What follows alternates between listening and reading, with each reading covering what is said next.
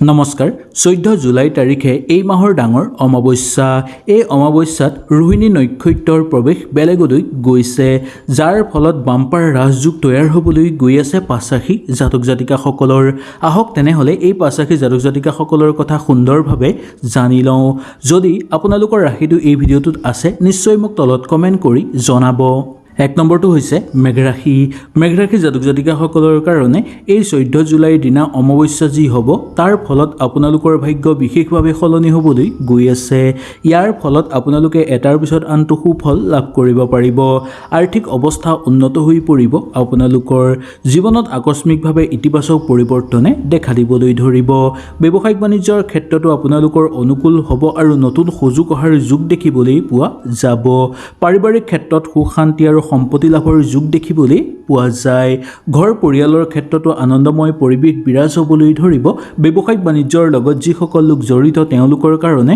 নতুন সুযোগ অহাৰ সম্ভাৱনা দেখিবলৈ পোৱা যাব দৈনন্দিন কাম-কাজৰ লগত জড়িত লোকসকলৰ কাৰণে আৰ্থিক অৱস্থা তেওঁলোকৰ উন্নত হৈ পৰিব ঘৰ পৰিয়ালৰ ক্ষেত্ৰত সুখ শান্তি আৰু সম্প্ৰীতি লাভৰ যোগ দেখিবলৈ পোৱা যায় কিবা কাম আপোনালোকৰ যদি কৰণীয় আছে সেই কাম সুচাৰুভাৱে হৈ পৰিব আৰু এই অমাৱস্যাৰ ফলতে আপোনালোকৰ বহু আধৰুৱা কাম সম্পূৰ্ণ হৈ পৰাৰ যোগ দেখিবলৈ পোৱা যাব মনটো আপোনালোকৰ আশাবাদী হৈ পৰিব পাৰে এটাৰ পিছত আনটো সুযোগ সুবিধা আপোনালোকৰ জীৱনলৈ আহিবলৈ ধৰিব ঘৰ পৰিয়ালত চলি থকা সমস্যাবোৰ দূৰ হৈ পৰিব আৰু লগতে নতুনকৈ আপোনালোকে সামাজিক ক্ষেত্ৰত সুনাম অৰ্জন কৰিবলৈ সক্ষম হোৱা দেখিবলৈ পোৱা যাব 2 নম্বৰটো বৃষ ৰাশি এই অমাৱস্যাৰ ফলত বৃষ ৰাশি জাতক জাতিকাসকলৰ ওপৰত অত্যন্ত শুভ ফল দেখিবলৈ পোৱা যাব নতুন ব্যৱসায়িক চুক্তিত স্বাক্ষৰ হ'ব পাৰে আপোনালোকৰ দীঘলীয়া ধৰি ৰৈ থকা কাম আপোনালোকৰ সম্পূৰ্ণ হৈ পৰিব যি আশা বহু দিনৰ পৰা আপোনালোকে পুহি ৰাখিছে সেই আশা ফলপ্ৰসূ হৈ পৰাৰ প্ৰবল সম্ভাৱনা দেখিবলৈ পোৱা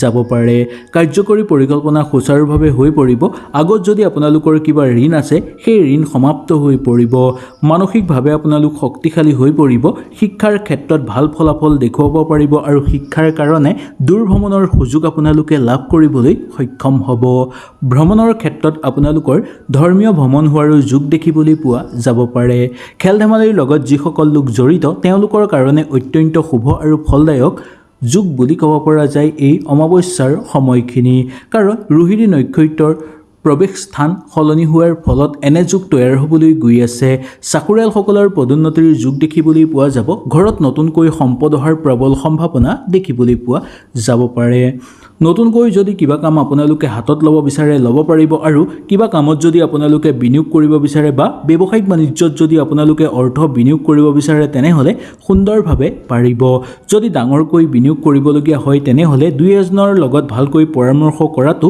বাধ্যতামূলক বা নিশ্চিত বুলি ক'ব পৰা যায় 3 নম্বৰ ৰাশিটো হৈছে কন্যা ৰাশি জাতক জাতিকাসকলৰ ওপৰত এই অমাৱস্যাৰ শুভ প্ৰভাৱ পৰিবলৈ গৈ আছে ইয়াৰ ফলত গ্ৰহ নক্ষত্ৰৰ ইতিবাচক পৰিৱৰ্তন নামি আহিব যাৰ ফলত এটাৰ পিছত আনটো সফলতাৰ বাট মুকলি হৈ পৰিব চাকৰিৰ ক্ষেত্ৰত আপোনালোকৰ প্ৰচুৰ পৰিমাণে উন্নতি হ'বলৈ ধৰিব কৰ্মক্ষেত্ৰত আপোনালোকৰ দক্ষতা বৃদ্ধি পাবলৈ ধৰিব লগতে কৰ্মক্ষেত্ৰত দৰমহা বৃদ্ধিৰ যোগ দেখিবলৈ পোৱা যাব পাৰে আৰ্থিক সিদ্ধান্তৰ ক্ষেত্ৰত আপোনালোকৰ অনুকূল প্ৰভাৱ থাকিব নতুনকৈ যদি কিবা সিদ্ধান্ত আপোনালোকে ল'ব বিচাৰে তেনে ক্ষেত্ৰতো সুন্দৰভাৱে ল'ব পৰা যোগ দেখিবলৈ পোৱা যাব সামাজিক ক্ষেত্ৰত আপোনালোকৰ কৰণীয় কাম সুন্দৰভাৱে কৰিব পাৰিব আৰু ৰাজহুৱা ক্ষেত্ৰত নতুন দায়িত্ব আপোনালোকৰ ওপৰলৈ অহাৰ যোগ দেখিবলৈ পোৱা যায় কাৰ্যকৰী পৰিকল্পনা সুচাৰুভাৱে আপোনালোকৰ সিদ্ধি হৈ পৰিব আহিব লগা কিবা ভাল খবৰ আপোনালোকৰ ঘৰলৈ অতি সোনকালে বা আগতীয়াকৈ অহাৰ যোগ দেখিবলৈ পোৱা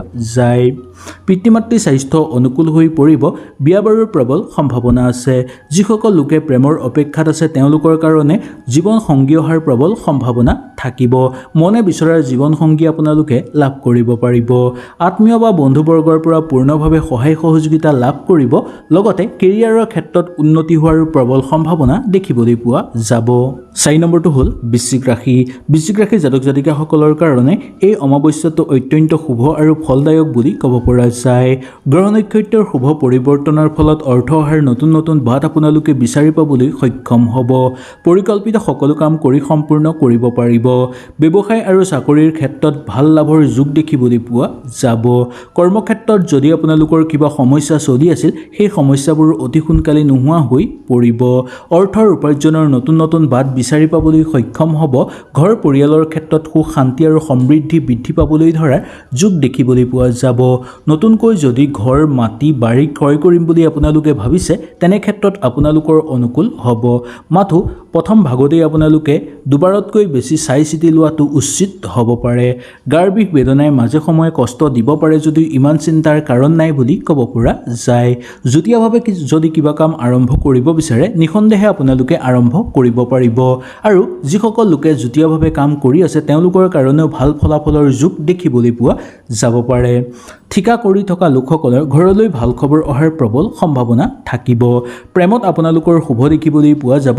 দাম্পত্যৰ ক্ষেত্ৰতো আনন্দ বৃদ্ধি পাবলৈ ধৰা দেখিবলৈ পোৱা যায়।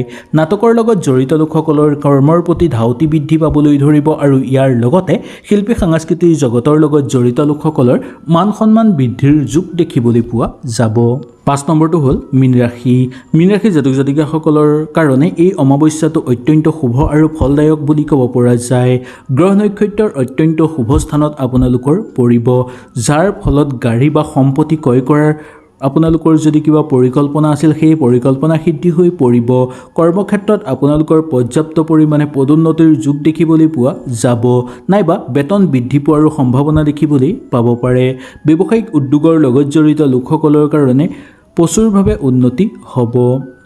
ইয়াৰ লগে লগে পৰিয়ালৰ ক্ষেত্ৰতো আপোনালোকৰ সম্পূৰ্ণ সুখ শান্তি বৃদ্ধি পোৱাৰ যোগ দেখিবলৈ পোৱা যায়। জীৱনত চলি থকা কিছুমান সমস্যা আপোনালোকৰ সমাপ্ত হৈ পৰিব। সামাজিক ক্ষেত্ৰত মৰ্যাদা বৃদ্ধি পাবলৈ ধৰা দেখিবলৈ পাব। পৈতৃক সম্পত্তি লাভৰ সম্ভাৱনা আছে। শিক্ষাৰ ক্ষেত্ৰত শুভ হ'ব আৰু যিসকল লোকে প্ৰতিযোগিতামূলক পৰীক্ষাৰ কাৰণে প্ৰস্তুতি চলাই আছে তেওঁলোকৰ কাৰণেও অনুকূল হৈ পৰাৰ যোগ দেখিবলৈ পোৱা যাব। ব্যৱসায়িক বাণিজ্যত যিসকলে বিনিয়োগ কৰিছে তেওঁলোকে ভাল মুনাফা লাভ কৰিব পাৰিব। সিদ্ধান্ত লোৱাৰ ক্ষমতা আপোনালোকৰ বৃদ্ধি পাবলৈ ধৰিব। নতুন আয়ৰ পথ মুকলি হৈ পৰাৰো যোগ দেখিবলৈ পোৱা যাব। সামাজিক ক্ষেত্ৰত আপোনালোকৰ এটাৰ পিছত আনটো মৰ্যাদা আৰু সুখ বৃদ্ধি পাবলৈ ধৰিব। নতুনকৈ ঘৰত যদি কিবা মূল্যৱান সম্পদ আপোনালোকে ক্ৰয় কৰিম বুলি ভাবিছে নিঃসন্দেহে ক্ৰয় কৰি আনিব পাৰিব। প্ৰেম আৰু দাম্পত্যৰ ক্ষেত্ৰত সুখ দেখিবলৈ পোৱা যাব। কেৰিয়াৰৰ কাৰণে আপোনালোকৰ নতুন নতুন সুযোগ লাভ হ'ব। ভাগ্যৰ পৰা পূৰ্ণ সহায় সহযোগিতা আপোনালোকে লাভ কৰিব পাৰিব। ভাগ্যৰ বলত যিকোনো আধৰুৱা কাম কৰি সম্পূৰ্ণ কৰিব পাৰিব। ভৱিষ্যতৰ কাৰণেও আপোনালোকৰ দিনবোৰ সুৰক্ষিত হৈ থাকিব আৰু এটাৰ পিছত আনটো সুফল লাভৰ যোগ দেখিবলৈ পোৱা যাব। হয়তো এই ভিডিঅ'টোৰ যোগেদি আপোনালোকে সুন্দৰভাৱে বুজি পালে। যদি কিবা অসুবিধা পালে নিশ্চয় মোক তলত কমেণ্ট কৰি জনাব। তেনেহ'লে আজিলৈ আপোনালোকৰ ওচৰৰ পৰা বিদায় লৈছোঁ। কালিলৈ পুনৰ আপোনালোকক লগ পোৱাৰ প্ৰতিশ্ৰুতিৰে আজিলৈ নমস্কাৰ।